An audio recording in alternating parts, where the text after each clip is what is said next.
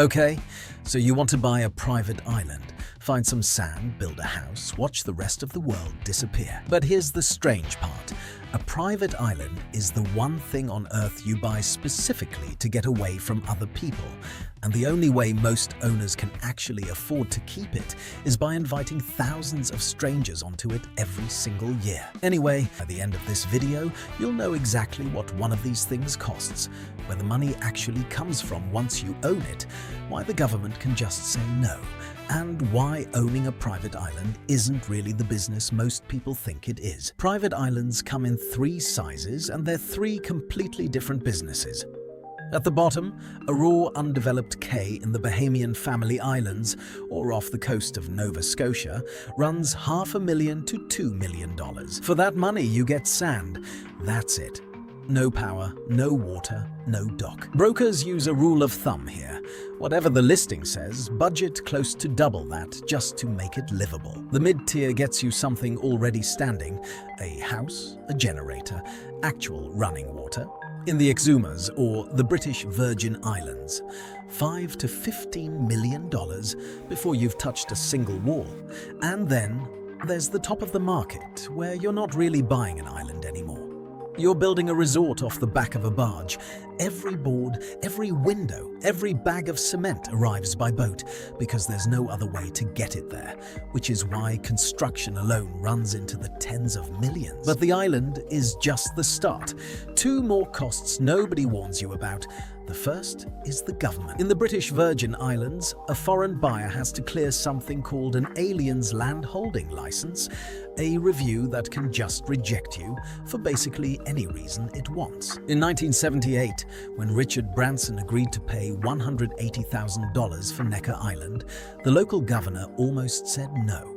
Branson had to get the chairman of a private bank to personally vouch for him before the deal could close, and the sale came with a legal condition attached: build a resort within 4 years or lose the island. You're not buying land, you're buying permission to ask for land. The second is geopolitics. Some countries won't let you own an island at all, only lease one. The Maldives is the most extreme version. The government owns every island in the country and only leases them out 50 years at a time to whoever submits the biggest development plan. Or you could try Dubai.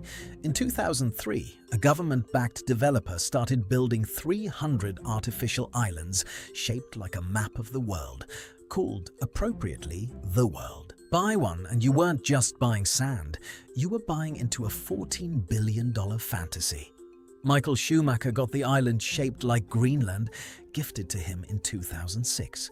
Then the financial crash hit in 2008 and construction just stopped. More than 15 years later, close to 90% of the islands are still undeveloped. Just sand, slowly eroding back into the Persian Gulf, exactly where it came from. Even Dubai, a city that built an indoor ski slope in the middle of the desert, could not outbuild the tide. Now we get to the question that actually matters. Where does the money come from? Imagine you own a house. Now imagine that instead of living in it, you rent it out 300 nights a year for $60,000 a night. That's not a hypothetical.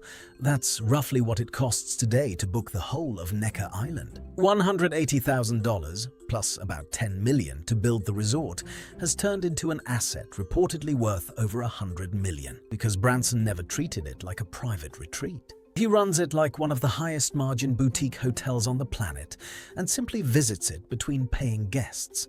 Here's the part that breaks people's brains. The island itself is almost beside the point. What people are actually paying $60,000 a night for is the guarantee that nobody else on the planet is allowed to be there that week. Necker sleeps up to 40 guests spread across several houses, which is why groups quietly split the bill 30 or 40 ways, and suddenly the number doesn't sound so insane anymore. In 2017, Barack Obama's first vacation after leaving office was hosted by Richard Branson at one of his British Virgin Islands properties, where the two of them spent days kitesurfing and foilboarding against each other. That's the whole product, not the beach, the guest list. So, that's the math. Now, the architecture. A private island resort is built to make you forget it's a business at all. There's no shared lobby, no other guests to run into, no room number, just the island. As if the whole thing belongs to you alone for the week. Staff are trained to stay out of sight until the exact second they're needed. There's no players club, no loyalty program, none of the tracking a casino runs on, because the entire pitch is the opposite. Total, uninterrupted, invisible service. The illusion of ownership is the product being sold. None of this comes free. Out of every dollar of rental revenue, a startling amount is gone before anyone calls it profit. Staffing alone eats a huge chunk.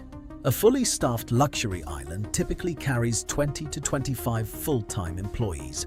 Housekeeping, security, chefs, boat crew, a general manager who can earn $250,000 a year by himself.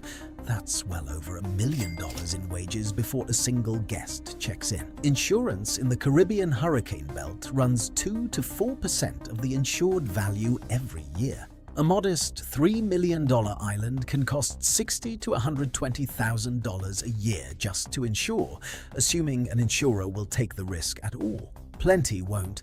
Then there's the stuff nobody thinks about until they're actually standing on the island.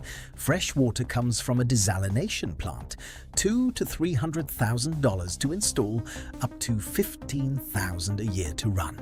Electricity comes from diesel generators or solar arrays costing $50,000 to $200,000, burning through $1,000 to $5,000 in fuel a month. Everything shipped in, hardware, food, spare parts, costs 1.5 to 3 times the mainland price because it travels by barge, and barges don't run on anyone's schedule. And here's the detail that makes people laugh. Some islands have to import fresh sand every few years, trucked and barged in by the ton, because their own beaches keep quietly floating away. This is the part that keeps people watching, because the people who get this wrong aren't amateurs. Mistake 1. Too much debt. In 2006, Nicolas Cage bought a 30-acre island in the Bahamas called Leaf Cay for around $3 million. One line item in a spending spree that also included 2 castles and a stolen dinosaur skull.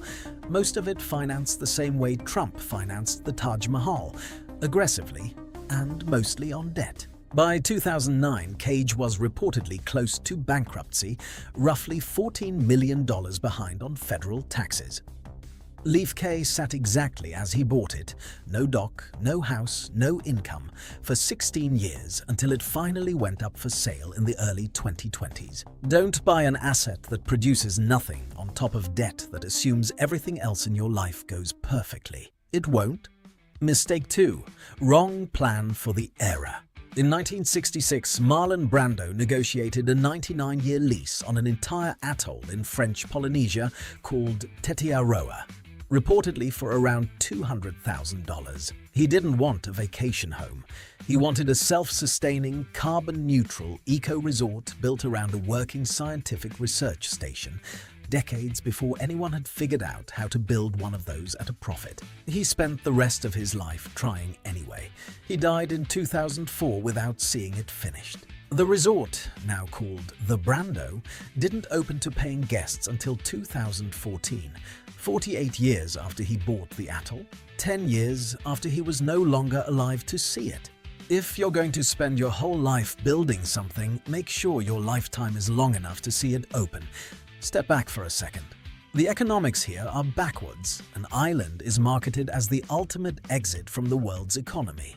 In practice, it's one of the most exposed positions you can take inside it.